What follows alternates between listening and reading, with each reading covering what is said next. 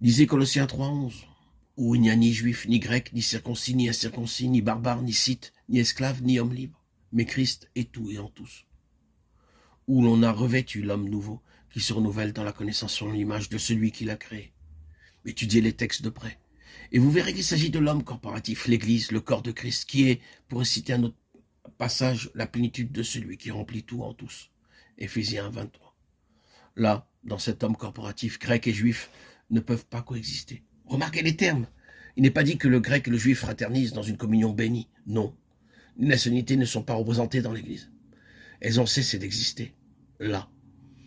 Et ce qu'on a maintenant, c'est une création spirituelle nouvelle, foncièrement une.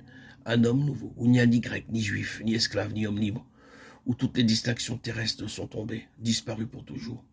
Un seul homme nouveau. Éphésiens 2,15. Le bras droit n'est pas juif et le gauche grec. Non. Ils ne sont plus ni le juif ni le grec. C'est un seul homme nouveau.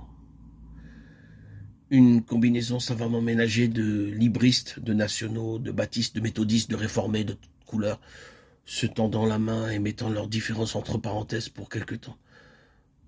Ce n'est pas l'Église, cela. Ce n'est pas en cachant provisoirement son particularisme qu'on rend manifeste l'Église véritable. L'Église est là où ces choses n'existent plus. Un seul corps, un seul esprit. Christ, tout et en tous. Réalisez-le et vous avez l'Église. Appelez n'importe quoi d'autre. L'Église. Vous n'aurez qu'une contradiction si vous n'avez pas cela. C'est la pire de tous. S'il est vrai que dans la pensée de Dieu, la vie chrétienne tout entière se résume dans cette parole. Christ, tout en tout. Une question va se poser. Êtes-vous un chrétien? Suis-je un chrétien? Par la croix, nous sommes censés avoir cédé la place au Seigneur Jésus. Si nous faisons profession d'être venus à lui par le chemin du calvaire, il doit s'en suivre que la croix nous a éliminés pour que Christ soit tout et en tous. Qu'en est-il en réalité? Quant à moi, j'ai encore besoin du monde. Oh, un peu seulement. En dehors de Dieu, je tiens encore à ceci et à cela. Et j'y tiens de propos délibérés parce que si on osait dire la vérité, le Seigneur Jésus ne m'a pas complètement satisfait. Et il faut bien que je fasse l'appoint d'une certaine manière ou d'une autre. Le compte n'y est pas. Ainsi, un chrétien, selon le monde, est une contradiction en titre. Être attaché à quoi que ce soit en dehors de Christ, c'est renier le calvaire et s'inscrire en faux contre l'intention éternelle de Dieu. Allez-vous prendre cette responsabilité? Dieu a décidé de toute éternité que son Fils serait tout en tous et en toutes choses. Or, nous faisons profession d'appartenir au Seigneur Jésus et la chose ne serait pas vraie pour nous. Il y a quelque chose qui ne va pas là. Il y a un déni, il y a une contradiction.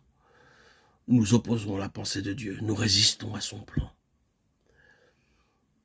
Est-ce vrai qu'il est tout et en tout? Il le sera certainement si nous sommes prêts à aller jusqu'au bout avec lui. Oh, ces suggestions qu'une bouche subtile murmure constamment à nos oreilles.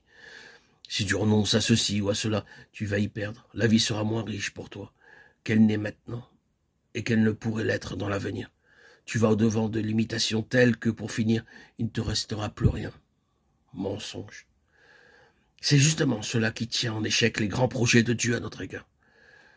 C'est son Fils Jésus-Christ en qui habite corporellement toute la plénitude de la divinité. C'est lui, ni plus ni moins, que Dieu a destiné à devenir notre plénitude. Voilà la pensée de Dieu à notre égard.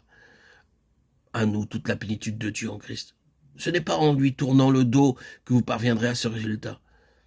Si vous n'allez pas avec lui jusqu'au bout, votre horizon sera fatalement retréci. Et tout ce qui est vrai dans le domaine de notre consécration au Seigneur, abandon complet de notre vie, entre ses mains, rupture totale avec tout ce qui n'est pas lui, est vrai aussi dans le domaine du service. La chair aime à se prélasser dans l'œuvre de Dieu. Et si nous faisons mine de ne vouloir dépendre que de lui, elle cherche à nous laisser entendre que nous avons devant nous des jours d'anxiété. Mais une vie de dépendance de Dieu peut être un vrai conte de fées.